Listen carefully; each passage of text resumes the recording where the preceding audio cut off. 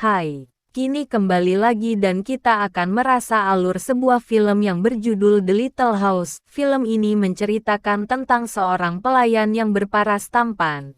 Dan dimanapun ia berada ia selalu digandrungi para wanita.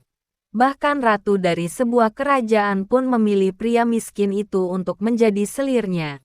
Kebayang enggak tuh gimana enaknya, lantas bagaimanakah cerita selengkapnya? Tanpa berlama-lama lagi langsung saja kita masuk ke dalam alur ceritanya. Film dimulai dengan memperlihatkan seorang pendeta bernama Father Thomas yang tengah mengadakan ibadah bersama para biarawati di sebuah gereja. Keseharian yang terjadi di gereja ini sama seperti dengan apa yang terjadi di kehidupan sehari-hari. Biasanya mereka mengurus gereja, memasak dan juga memiliki berbagai usaha untuk tetap dapat memiliki penghasilan. Lalu suatu hari datanglah seorang tukang kebun yang datang beberapa bulan sekali untuk mengurusi halaman di gereja itu. Dan kita pun mulai diperlihatkan bahwa ada sesuatu yang aneh dengan perilaku para biarawati yang ada di sini. Di mana mereka terlihat sangat enggak bisa mengontrol emosi dan malah marah-marah ketika melihat tukang kebun itu. Mereka seperti memiliki sebuah dendam, dan seakan enggak bisa berhenti berkata kasar.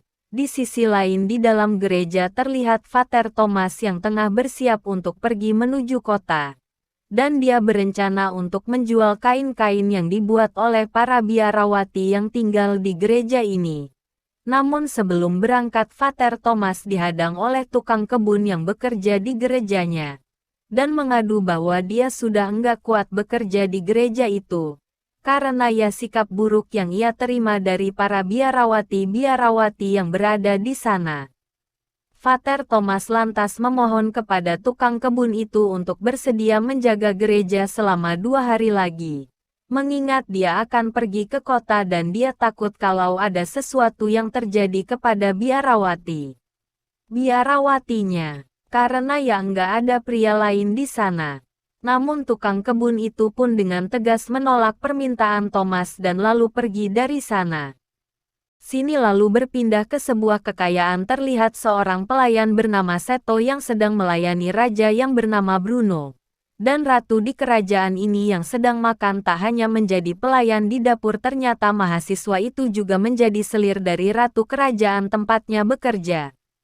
Mengalami itu ketika masih dan juga ratu baru aja mau mulai perapu serangan duniawi, tiba-tiba mereka dikagetkan dengan kedatangan Raja Bruno ke kamar satunya.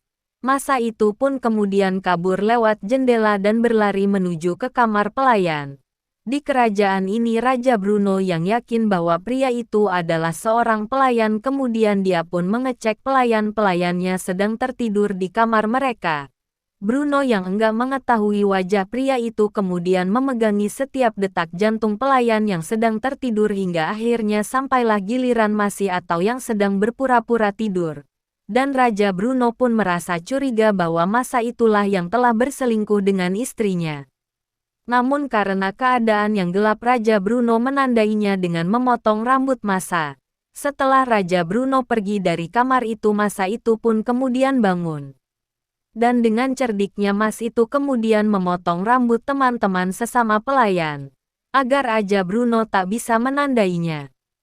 Keesokan paginya pelayan-pelayan yang sudah terbangun itu kemudian merasa kebingungan dengan yang terjadi kepada dirinya. Mereka bingung karena rambut mereka terpotong dan itu terjadi kepada mereka semua. Mereka semua berpikir bahwa rambut mereka dipotong oleh seorang penyihir yang datang ke kamar mereka saat mereka sedang terlelap. Enggak lama kemudian Raja Bruno pun datang, dia kemudian memeriksa rambut mereka satu persatu, namun Bruno enggak bisa mengetahui siapa pelayan sebenarnya yang telah berselingkuh dengan istrinya tadi malam. Siangnya setelah makan siang selesai, ratu menghadang Dimas Seto dan kemudian mengajaknya untuk melaksanakan perpuseringan duniawi. Di tempat itu namun sialnya dari kejauhan Raja Bruno dan pengawalnya memperhatikan mereka dari kejauhan. Raja Bruno kemudian memerintahkan prajuritnya itu untuk segera menangkap Masa itu masih yang mengetahui hal itu. kemudian berlari dan mencoba melarikan diri dari kejaran prajurit itu sampai dia pun akhirnya masuk hutan dan berhasil lolos dari kejaran para prajurit itu. Masih itu kemudian berjalan menyusuri hutan dan dia melihat Vater Thomas sudah mengambil kainnya yang hanyut di sungai. Masih itu kemudian mendekati Thomas dan mulai mengambil kainnya yang hanyut. Thomas kemudian berterima kasih kepada Mas itu, atau yang telah membantunya. Dia lalu bertanya kepada mahasiswa itu di mana dirinya tinggal. Pakai itu lantas menjawab bahwa dirinya tidak memiliki tempat tinggal. Karena kasihan Vater Thomas kemudian mengajak Mas atau untuk ikut dengannya ke gereja. Namun sebelum itu mereka membuat kesepakatan bahwa masa itu harus berpura-pura bisu dan tuli agar dirinya nanti enggak diganggu oleh para biarawati-biarawati yang ada di sana. Sesampainya di gereja, Vater Thomas kemudian memperkenalkan masa atau kepada kepala biarawati. Di sini dia mengatakan bahwa Mas ini bisu dan juga tuli. Thomas pun bilang kepada kepala biarawati bahwa Mas itu bisa diandalkan sebagai tukang kebun. Pengganti mereka yang baru masuk tol kemudian bekerja sebagai tukang kebun. Di gereja itu, saat Mas itu sedang bersih-bersih, dia melihat dua orang biarawati yang berada di dekatnya. Mas itu kemudian tersenyum, namun biarawati itu datang ke tempat Mas itu.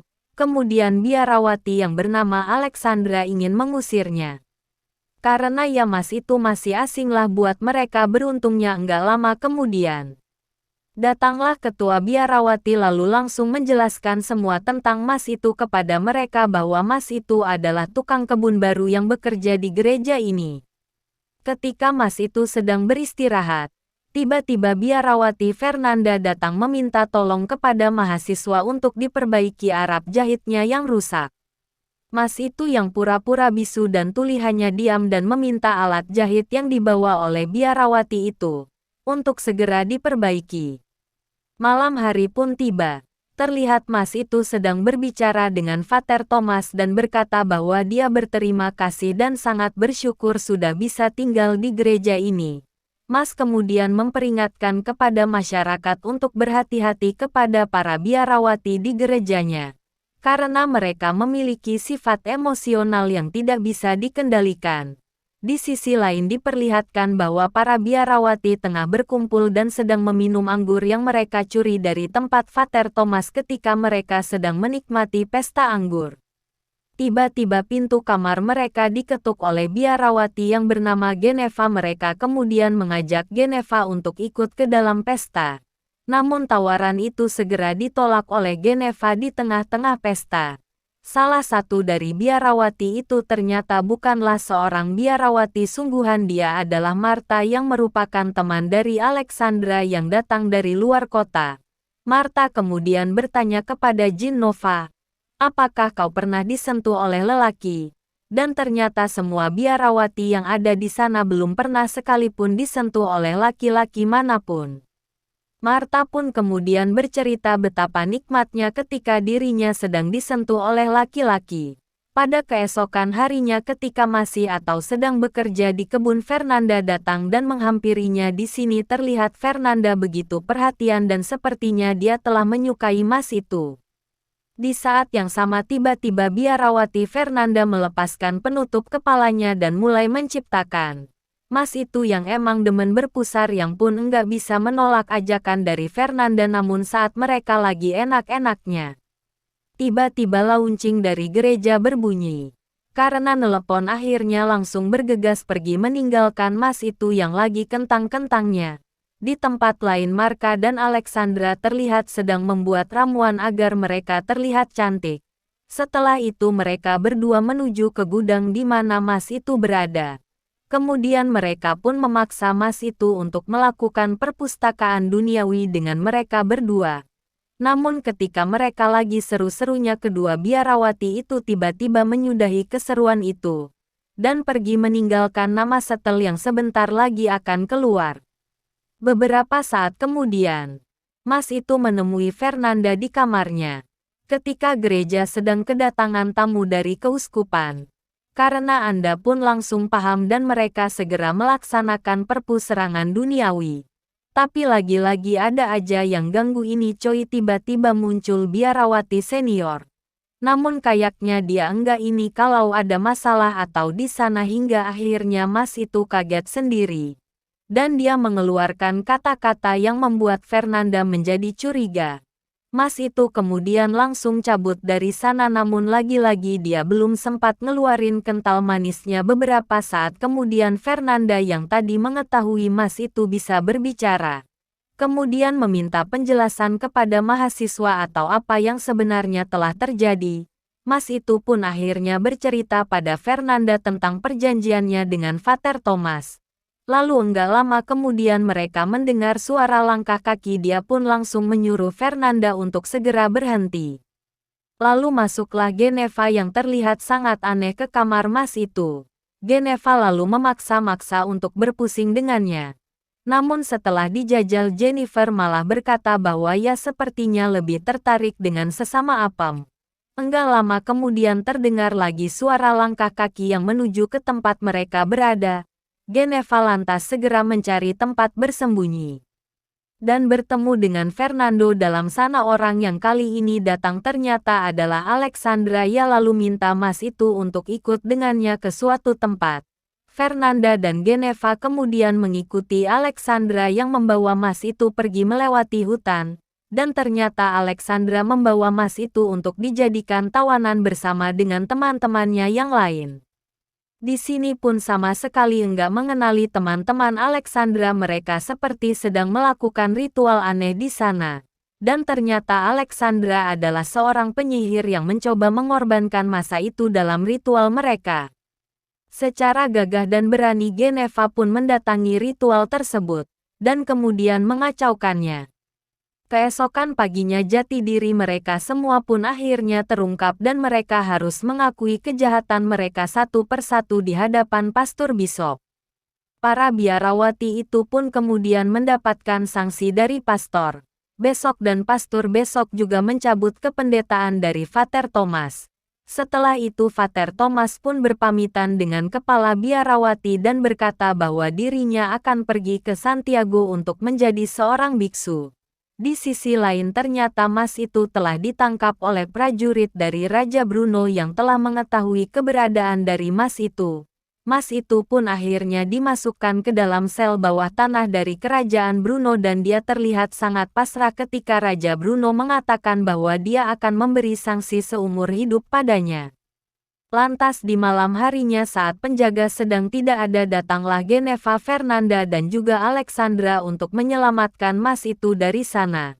Namun di sini mereka memberikan syarat kepada Mas itu untuk kembali ke gereja mereka dan tinggal di sana. Mas itu kemudian mengiyakan permintaan itu lalu mereka pergi dari sana dengan bahagia. Di sisi lain Vater Thomas terlihat menemui kepala biarawati di belakang gereja. Mereka dan ternyata mereka selama ini menjalin sebuah hubungan rahasia. Film pun ditutup dengan perpuslengean duniawi yang terjadi antara Vater Thomas dan si kepala biarawati itu.